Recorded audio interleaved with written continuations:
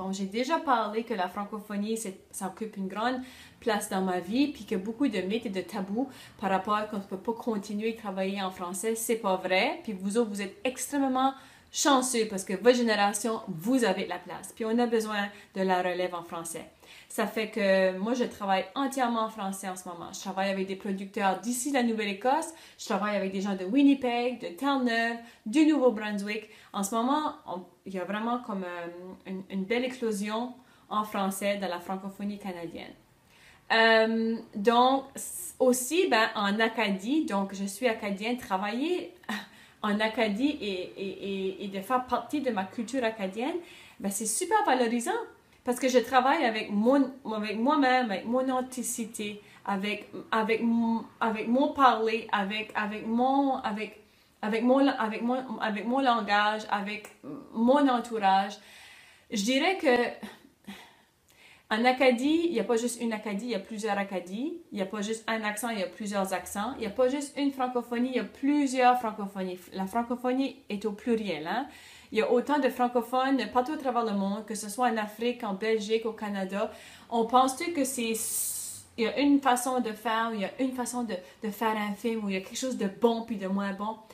Moi, je ne crois pas à ça. Moi, je crois que le plus original que vous êtes et le plus authentique que vous êtes, le plus que ça n'a jamais été fait avant, le fait que ça veut dire que vous allez vous démarquer, que vous allez sortir de la norme.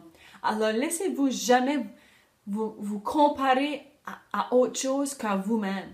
Ça fait que si votre francophonie est unique, si votre identité, que ce soit acadienne, ou peut-être que vous êtes nouveau arrivant, ou peut-être que vous êtes anglophone qui a appris le français, peu importe ce qu'est votre identité, ça fait en sorte que vous êtes qui vous êtes. Et ce qui est intéressant et beau avec le métier de art médiatique et de cinéma, c'est qu'il n'y a pas de barrière, tout est permis, puis il y a différentes façons de voir le monde. Ça fait qu'on a vraiment besoin de vous et de votre authenticité à vous. En ce moment, j'ai plusieurs projets. Je vais vous parler un peu, juste pour vous comparer un petit peu, deux projets qui sont en développement en ce moment. Un projet, c'est un court-métrage en développement avec l'Office national du film. Puis c'est un court-métrage d'auteur, comme que je dis. Donc, c'est vraiment un film que ça fait 4 ans que je veux développer. Ça fait 4 ans que je le retravaille. Tranquillement, ça va se faire. Donc, ça, c'est un projet, comme je dis, moi, j'appelle ça mon bébé. Donc, ça fait partie de moi. C'est un besoin que j'ai à raconter ce film-là. Mais ce que je viens juste de finir, c'est un projet de commande. Un projet de commande, c'est quand que t'as un producteur qui a un projet qui travaille avec un diffuseur. Donc, ça va être diffusé sur la chaîne UniTV, qui est le diffuseur. Je vous encourage beaucoup à écouter UniTV. C'est sur le web, mais c'est aussi avec le câble. UniTV a été créé comme chaîne télévision pour desservir la francophonie canadienne. Donc, c'est là pour vous, pour tous les francophones qui vivent, pas seulement au Québec, mais en dehors du Québec aussi.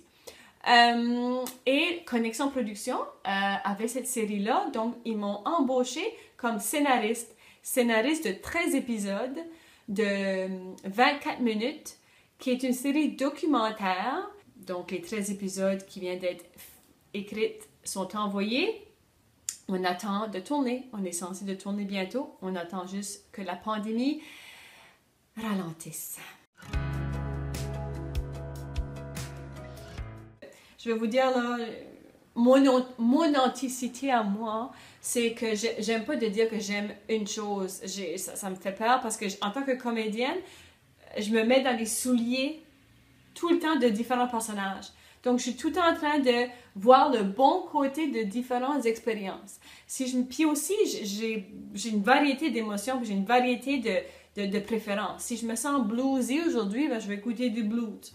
Si j'ai envie de danser, je vais peut-être écouter du hip-hop. Donc, moi, j'aime tout. Donc, j'ai pas de film préféré. J'ai des préférences, par exemple, c'est sûr. Mais j'irai pas là-dedans. J'aimerais plus de dire que pour moi, l'important, c'est que ça soit une bonne histoire à raconter. Une chose que pour moi, qui a toujours suivi en tant qu'artiste, c'est le besoin de raconter ou le besoin de dire quelque chose. Pourquoi que je crée quelque chose, pourquoi je fais quelque chose, il faut que je comprenne ou il faut que je sache pourquoi que j'ai besoin de le faire. Puis je vais vous finir avec un petit conseil parce que là, vous allez faire votre petite vidéo, je pense, ou peut-être que dans le futur, vous allez créer des œuvres. Exemple, disons que vous voulez faire un film sur votre chat.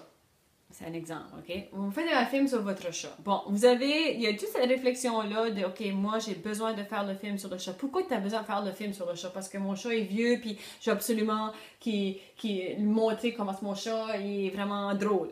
OK, alors ça, c'est ton besoin à toi de créer un film sur ton chat parce qu'il est drôle, il est vieux, puis tu veux le créer. Oubliez pas la personne, l'autre côté de l'écran. Mettez-vous à la place de la personne qui va écouter votre film du chat, qui ne connaissent pas, du chat, qui trouve peut-être pas drôle, parce qu'ils n'ont pas la même relation avec votre chat. Donc, quand vous allez créer votre œuvre, ou votre film, ou écrire votre histoire, prenez le temps de dire pourquoi c'est important que je raconte cette histoire, mais mettez-vous de la place de l'autre personne. Tout ce que ça va faire, c'est que ça va vous amener à amener le changement de perspective, puis ça va apporter votre projet plus loin, pour que ce soit encore une plus belle histoire à raconter. Voilà. Bonne chance avec vos projets futurs. On a besoin de la relève. Découragez-vous pas et vive la créativité.